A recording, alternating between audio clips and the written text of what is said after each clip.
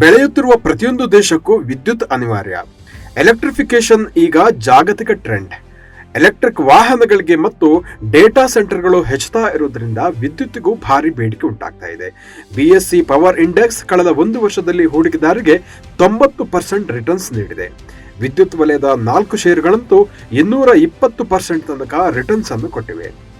ವಿದ್ಯುತ್ ವಲಯದ ಷೇರುಗಳು ಮುಂಬರುವ ದಿನಗಳಲ್ಲಿ ಹೂಡಿಕೆದಾರರಿಗೆ ಭಾರಿ ಲಾಭವನ್ನು ತಂದುಕೊಡುವ ನಿರೀಕ್ಷೆ ಇದೆ. ರಿನ್ಯೂವಬಲ್ ಎನರ್ಜಿ ವಲಯದಲ್ಲೂ ಬೇಡಿಕೆ ಹೆಚ್ಚುತ್ತಾ ಇದೆ. ವಿದ್ಯುತ್ ಉತ್ಪಾದನೆ ಮತ್ತು ವಿತರಣೆ ಕುರಿತ ಮೂಲಸೌಕರ್ಯಕ್ಕೆ ಆದ್ಯತೆಯೂ ಸಿಗ್ತಾ ಇದೆ. ಇವುಗಳ ಜೊತೆಗೆ ಸ್ಮಾರ್ಟ್ ಮೀಟರಿಂಗ್ ಕೂಡ ಅಗತ್ಯವಾಗ್ತಾ ಇದೆ. ಎಲೆಕ್ಟ್ರಿಫಿಕೇಶನ್ ಕೇವಲ ಭಾರತಕ್ಕೆ ಮಾತ್ರವಲ್ಲದೆ ಜಾಗತಿಕ ಮಟ್ಟದಲ್ಲೂ ಪ್ರಾಮುಖ್ಯತೆ ಪಡೆಯುತ್ತಾ ಇದೆ ಎನ್ನುತ್ತದೆ ಮೋತಿಲಾಲ್ ಓಸ್ವಾಲ್ ವರದಿ. 13 ಸ್ಟಾಕ್ಸ್ಗಳ ಬಿಎಸ್ಸಿ ಪವರ್ ಇಂಡೆಕ್ಸ್ ನಲ್ಲಿ ಹೂಡಿಕೆ ಮಾಡಿದವರಲ್ಲಿ ಯಾರೂ ಕಳೆದ ವರ್ಷ ನಷ್ಟಕ್ಕೀಡಾಗಿಲ್ಲ. ಏಕೆಂದರೆ ಇಂಡೆಕ್ಸ್ 90% ರಿಟರ್ನ್ಸ್ ಅನ್ನು ಕೊಟ್ಟಿದೆ.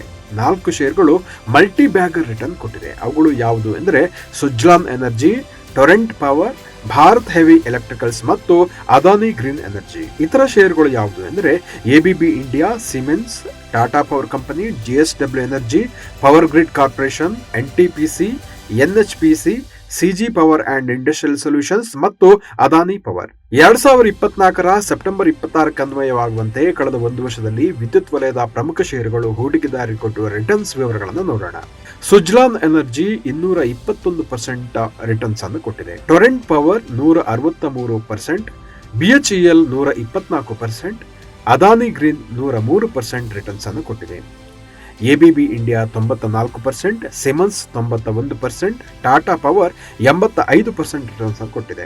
JSW Energy 84%, Power Grid 84%, NTPC 81%, NHPC 79%, CG Power 78% ಹಾಗೂ ಅದಾನಿ ಪವರ್ 75% ರಿಟರ್ನ್ಸ್ ಅನ್ನ ಹೂಡಿಕೆದಾರರಿಗೆ ಕೊಟ್ಟಿದೆ.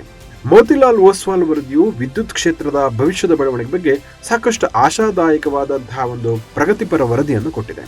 ಮುಂದಿನ ದಶಕದಲ್ಲಿ ವಿದ್ಯುತ್ ಕ್ಷೇತ್ರದಲ್ಲಿ 40 ಲಕ್ಷ ಕೋಟಿ ರೂಪಾಯಿ ಹೂಡಿಕೆಯಾಗುವ ನಿರೀಕ್ಷೆ ಇದೆ ಎಂದು ತಿಳಿಸಿದೆ.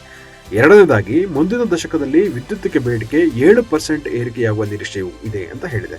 ಮೂರನೇದಾಗಿ, ಎಲೆಕ್ಟ್ರಿಕ್ ವಾಹನಗಳು ಮತ್ತು ಡೇಟಾ ಸೆಂಟರ್ಗಳ ವಿಭಾಗದಿಂದ ವಿದ್ಯುತ್ತಿಗೆ ಮುಂಬರುವ ದಿವಸಗಳಲ್ಲಿ ಹೆಚ್ಚಿನ ಬೇಡಿಕೆ ಉಂಟಾಗಲಿದೆ ಅಂತಾನು ತಿಳಿಸಿದೆ. ಕೊನೆಯದಾಗಿ, ನವೀಕರಿಸಬಹುದಾದ ಇಂಧನ ವಲಯದಲ್ಲಿ ಉತ್ಪಾದನೆ ಮತ್ತು ಬೇಡಿಕೆ ಎರಡೂ ಕೂಡ ಜಾಸ್ತಿ ಆಗುತ್ತೆ ಅಂತ ಮೋತಿಲಾಲ್ ಓಸ್ವಾಲ್ ವರದಿ ತಿಳಿಸಿದೆ.